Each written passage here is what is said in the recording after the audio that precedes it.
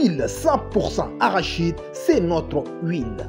Bien, l'année 2021 qui s'achève dans les heures qui suivent, de façon structurée au sein de l'UDP. L'UDP a été le premier parti politique de l'opposition qui a appelé au boycott de sinistre élection présidentielle passée, dont vous avez vu le taux de participation. Et l'ambition mortifère qui s'en est suivie pour la conservation du pouvoir en son temps en avril dernier a conduit effectivement aussi à la mort. C'est triste de le relever.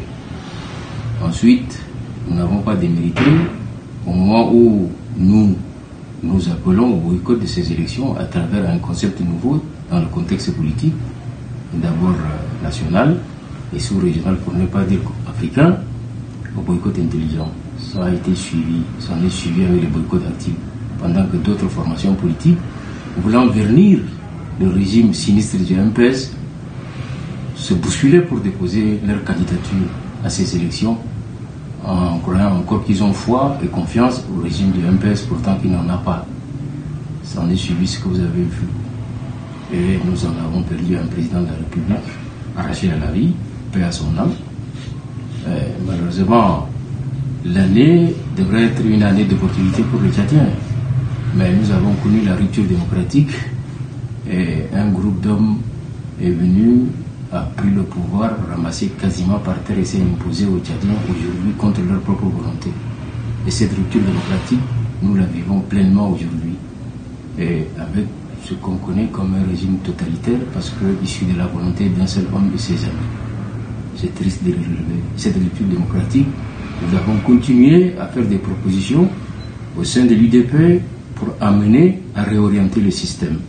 Mais ceux qui sont actuellement à la tête du pays se sont mis dans une sourdine, pourtant des ailleurs ont refusé obstinément, dans un mépris total aux autres forces politiques, et ils continuent d'avancer avec quelques adhérents politiques qui se sont mis à leur service, malheureusement. Voilà, l'année s'achève. Demain, un autre jour va se lever.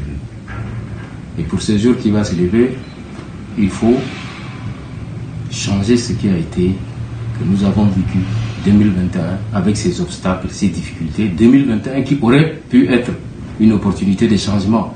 Mais aujourd'hui, nous sommes dans le désespoir et le désenchantement. Malheureusement, voilà de façon sinistre le bilan que je pourrais faire sur le plan politique et par rapport à nos actifs politiques au sein de l'UDP, ce que nous avons pu gérer. Et ça en est suivi l'évaluation des 100 jours du CMT, que tout le monde a vu et apprécié la déclaration de l'UDP, qui n'a pas fait dans les détails ni dans la dentelle, et qui frontalement a dit ce qu'il pense de l'évaluation de ces 100 jours et jusqu'aujourd'hui des 8 mois du CMT à la tête du Tchad. Ce qui m'a marqué en tant qu'acteur politique averti, il faut le relever, c'est la rupture démocratique en 2021. C'est la rupture démocratique. Parce que pour avoir construit, pour avoir mis au moins plus de 10 ans dans l'opposition, contribuer d'une façon ou d'une autre pour que le peu soit maintenu en termes de respect des libertés et des droits humains, des libertés publiques et politiques. Voilà, nous sommes repartis 31 ans en arrière. Aujourd'hui, nous vivons l'état de siège.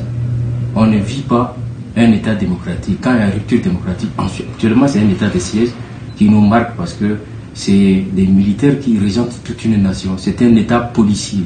Vous allez à tout bout des champs trouver dans la rue, dans vos ménages, dans les quartiers, dans vos domiciles, dans des recoins et coins de la rue, des hommes endeuillés. C'est comme si le Tchad est permanemment en guerre. Nous vivons cet état de siège qui nous marque tous, cet état policier qui nous marque tous. Voilà ce qui m'a marqué en 2021 en tant qu'acteur politique averti.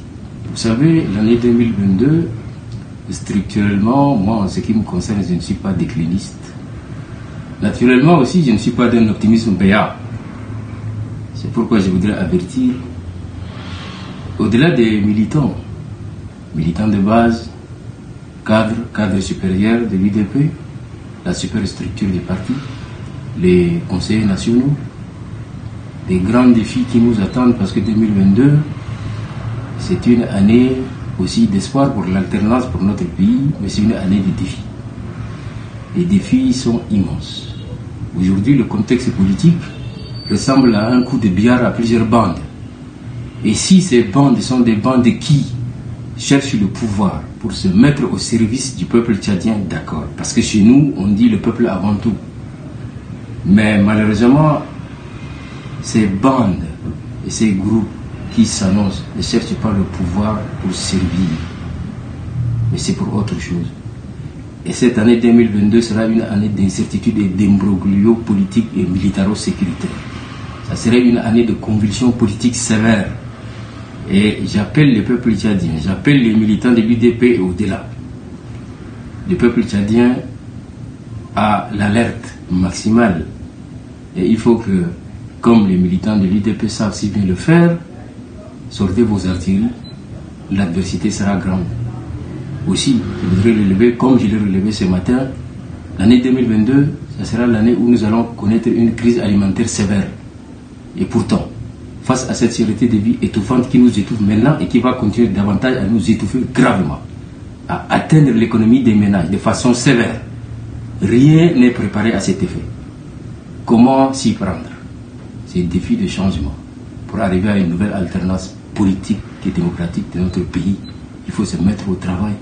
La révolution dont nous avons annoncé, qui est en cours de préparation, dans les 10 arrondissements de N'Djamena avec les cellules structurées qui travaillent méthodiquement, scientifiquement, et dans les 18 régions du pays, pour atteindre si, après les 18 mois, si le CMT continuera à garder le pouvoir ou à proroger la transition à cette révolution, soyez prêts à la déclencher quand l'alerte sera venue. Donc voilà ce que je pourrais dire par rapport aux perspectives de 2022 qui ne sont pas des moindres, bien qu'il y ait espoir pour l'alternance, mais il faut faire face à ces alternances, face à ces défis pour pouvoir relever le défi du changement et apporter le changement et l'égalité au peuple tchadien. Les vœux, ce sont les vœux de travail. Et pour travailler, il faut avoir la bonne santé. La santé, malheureusement, pour eux et pour le reste des Tchadiens, la chaîne de production des services publics de base est rompue. Ça ne fonctionne plus. Ça grippe. Ça ne tourne pas. Et quand la chaîne de production des services publics est rompue, il n'y a pas d'éducation. Il n'y a pas de santé. Pour être dans une structure de formation sanitaire, pour aujourd'hui avoir accès aux soins, vous allez entrer au bas mot, sortir plus de 50 000, vous allez laisser sans toutefois avoir des soins convaincants et qui peuvent vous soigner. C'est pourquoi je voudrais d'abord leur formuler mes vœux de santé dans une situation aussi difficile, malgré que le prix du baril du pétrole ait atteint un niveau jamais atteint depuis 2014, 85 $ de baril comme prix du pétrole. Mais on continue à s'endetter. Et l'endettement nous ploie. Chacun va porter le coût de l'endettement, chaque Tchadien. Mais cela ne va pas nous décourager. Je vous invite au travail. Je vous formule mes vœux de santé, de bonheur, de prospérité et surtout de protection, car demain sera un autre jour, un autre matin qui va se lever pour le Tchad. Bonne et heureuse année à chacun et à chacune des Tchadiens. Je vous remercie.